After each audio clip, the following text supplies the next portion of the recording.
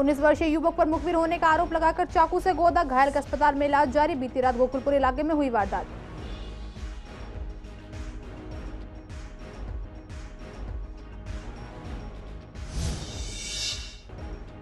हर्ष बिहार में युवक ने फंदा लगाकर दे दी जान। आत्महत्या का कारण नहीं है अभी स्पष्ट, पुलिस कर रही है छानबीन।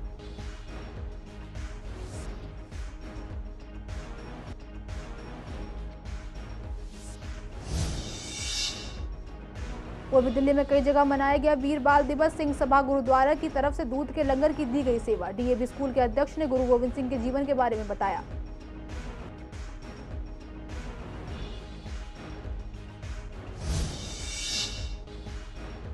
यमुना लोहा पुल की हालत काफी खस्ता, लोग आए दिन हो जाते हैं चौटिल। 10 साल पहले हुई थी सड़क की मरम्मत।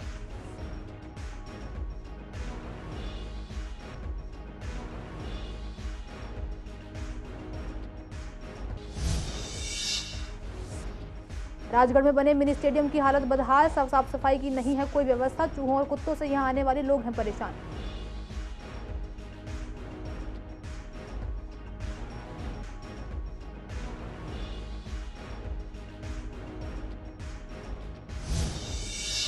नमस्कार, आप देख रहे हैं सीसीएन लाइव। मैं हूं आपके साथ काजल चौधरी। स्वागत है आपका हमारे खास कार्यक्रम पूर्वी दिल्ली खास में। कुछ खास खबरों के साथ करते हैं बुलेटिन की शुरुआत। पूर्वी दिल्ली में बीती रात एक 19 साल के युवक पर मुखबिर होने का आरोप लगाकर चाकू से गोदने का मामला सामने आया है। घटना नॉर्थ ईस्ट दिल्ली के गोकुलपुरी इलाके की है। घायल युवक का जीटीबी अस्पताल में इलाज जारी है। गोकुलपुरी पुलिस ने घायल के बयान पर हथियार से हमला करने का केस दर्ज किया है। वहीं पीड़ित राहुल ने बताया कि 3 से 4 लड़कों ने उसे घेर लिया था और एक आरोपी ने राहुल से पूछा कि तू गंगा विहार का मुखबिर है ना, तो राहुल ने मना कर दिया, जिसके बाद एक लड़की ने चाकू निकालकर 4 से 5 जगह घूंप दिया। राहुल को लहूलुहान कर आरोपी मौके से फरार हो गए। इलाके के लोगों ने राहुल के घर पर वारदात की सूचना दी। परिजन मौके पर पहुंचे जहां राहुल का इलाज चल रहा है। पूर्वी दिल्ली के हर्ष बिहार इलाके में युवक ने फंदा लगाकर जान दे दी। मृतक की पहचान राजेश झा के रूप में हुई है। राजेश मूल रूप से बिहार के समस्तीपुर का रहने वाला था। फिलहाल वह पुष्प बिहार कॉलोनी में रह रहा था। परिवार में मां, पिता, भाई और अन्य सदस्य हैं। मृतक जेल रोड स्थित शिवा वाटिका में सुरक्षाकर्मी की नौकरी कर रहा था। उसके भाई रितेश ने बताया कि शनिवार की रात उसने अपने भाई से बात की थी। उसने उनसे कहा था कि वह 3 जनवरी को गाँव आएगा। सोमवार को परिवार को सूचना मिली कि राजेश ने फंदा लगाकर जान दे दी है। पुलिस मामले की जांच कर रही है। गांधीनगर में डीएवी स्कूल में आज वीर बाल दिवस मनाया गया। सबसे पहले दीप प्रज्वलित कर समारोह का आरंभ किया गया। डीएवी स्कूल के अध्यक्ष लक्ष्मी नारायण ने गुरु गोविंद सिंह जी के जीवन के बारे में बताया। राष्ट्रीय स्वयंसेवक संघ के प्रांत विद्यार्थी कार्य प्रमुख आचार्य सतीश कुमार ने शहीदी सप्ताह के बारे में बताया कि किस तरह गुरु गोविंद सिंह महाराज जी के दोनों बड़े साहिबजादे बाबा अजीत सिंह जी और बाबा जुझार सिंह जी ने चमकौर साहिब की जंग में केवल 40 सिख वीरों को साथ लेकर हजारों की संख्या में आई पठानी सेना का डटकर मुकाबला किया और वीर गति को प्राप्त हुए। कार्यक्रम में बच्चों के साथ साथ टीचर्स भी मौजूद रहे।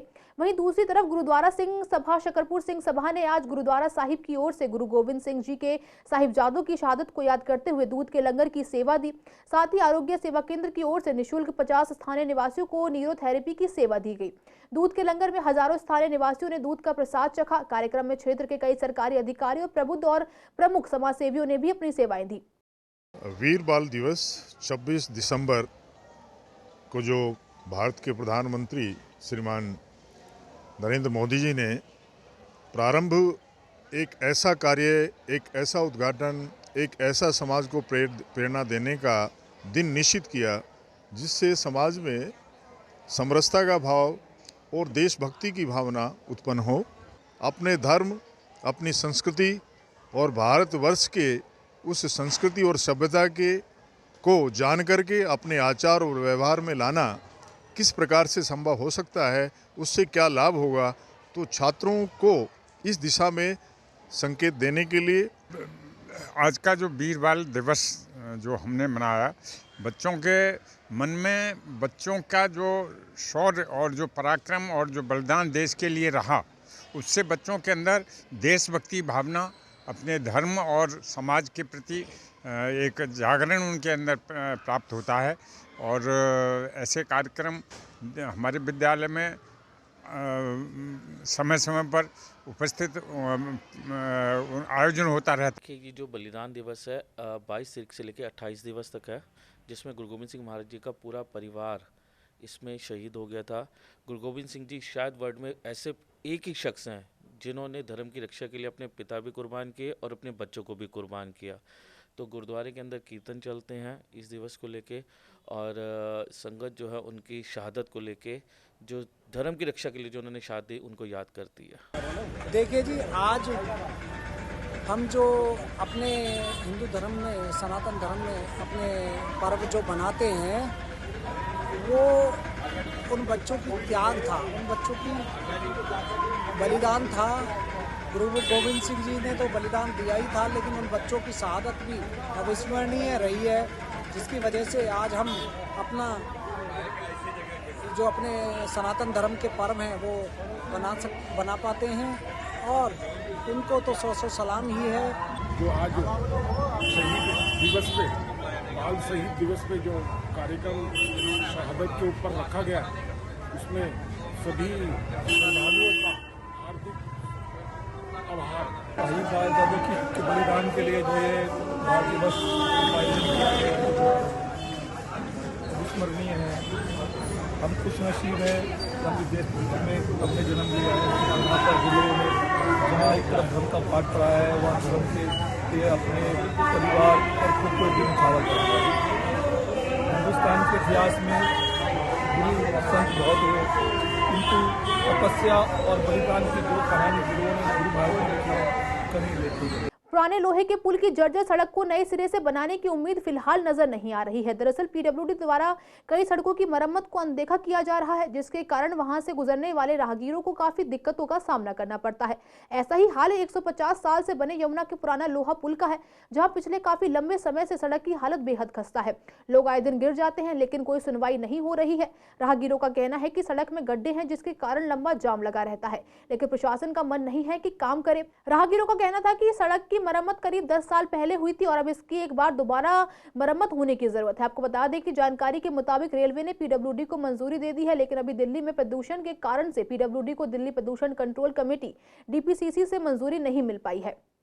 पूर्वी दिल्ली के राजगढ़ में बने मिनी स्टेडियम का निर्माण इसलिए किया गया था कि इसमें इवेंट और कार्यक्रम हो सके, साथ ही इसे इस तरह से भी डिजाइन किया गया था कि लोग इसे पार्क की तरह भी इस्तेमाल कर सके।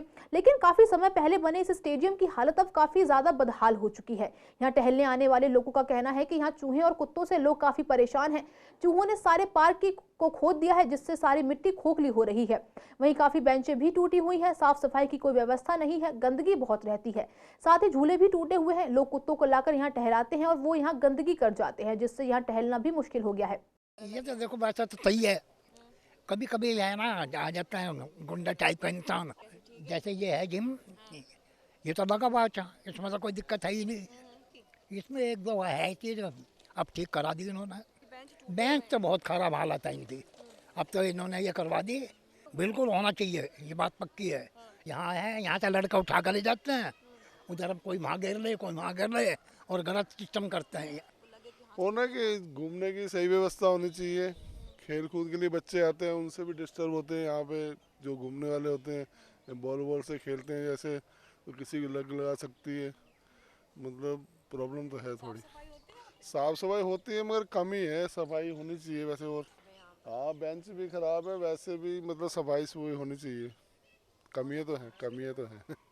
पार्क ये राजगढ़ समुदाय भवन वाला नहीं समुदाय राजगढ़ मिनी स्टेडियम। कैसी है यहाँ पर? अभी जो जैसे लोग आ रहे हैं, दिक्कत है क्या? दिक्कत तो ऐसा नहीं, सारी है अभी दिक्कत तो। यहाँ उल्टी सीधी सारी दिक्कत ही है। ये देखो ना, ये पूरा का पूरा यहाँ जाके देखो कितना, बस यही दिक्कत है। और क्या परेशानी क्या है? सपा हाँ, चूहे बहुत ज़्यादा हैं, बहुत ज़्यादा।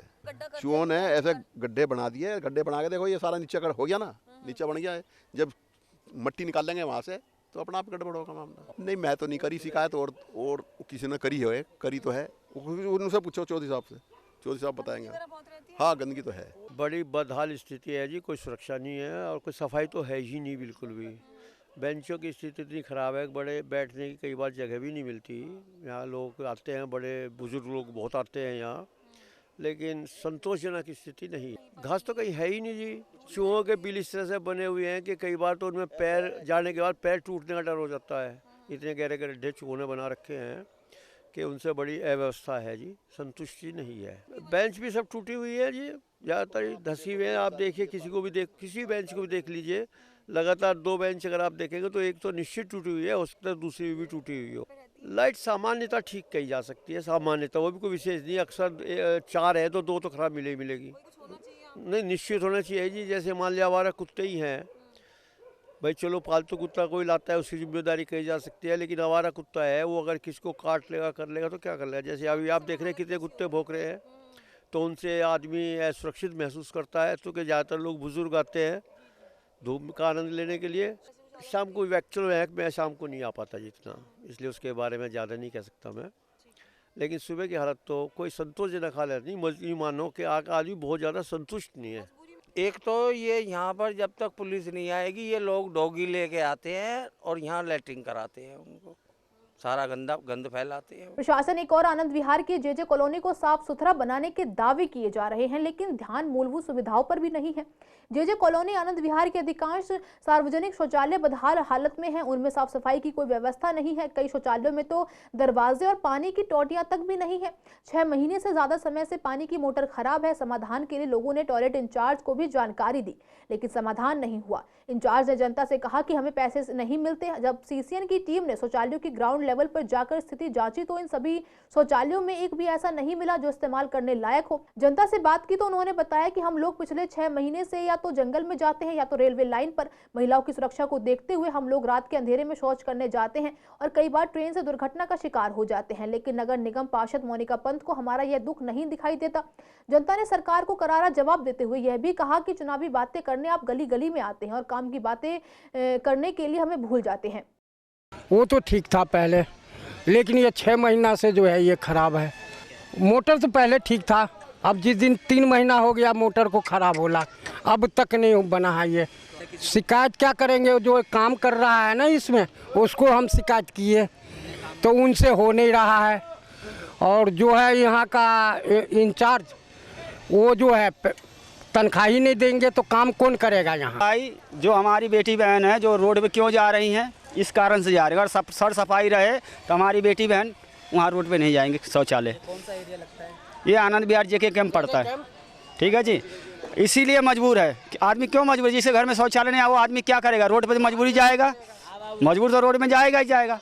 बड़ी यही है जो भी है भाई, सरकार अगर सुनती है भैया करे, नहीं करे तो कोई बात नहीं है। मैडम जी मोनिका पंत जी अगर ये काम कराना चाहे तो आदमी बाहर नहीं जा सकता है। कम से कम इसे पड़ा है ये 1-1.5 साल से खराब है। यहाँ की सफाई भी नहीं होती है और आप देख रहे हो कि कितना कचरा डला है यहाँ। बस इसी के लिए आपको सब वोट देते हैं कि आप अच्छा करें। सब आता है झूठ मूठ को इधर उधर कर दिया और नाली साफ नहीं कराता है। टॉयलेट के सभी ने नाले में पाइप डाल लिया, अपने अपने आगे में ऊंचा कर लेता है। नाली में कूड़ा उड़ा डाल के सारा नाली भरा हुआ है। सब जाते हैं जंगल में जाते हैं, जिसके नाले के पास घर है उस पे कर लिया। वोट मांगने आते हो जब तो कहते माता बहनों हमें वोट दो, हम सब कुछ करेंगे। और जब वोट ले लेते हैं तो यहाँ माता बहनों से दूर है, यहाँ कोई देखने तक नहीं आ रहा है, झांकने नहीं आ रहे हैं। किस लिए तुम वोट लेते हो?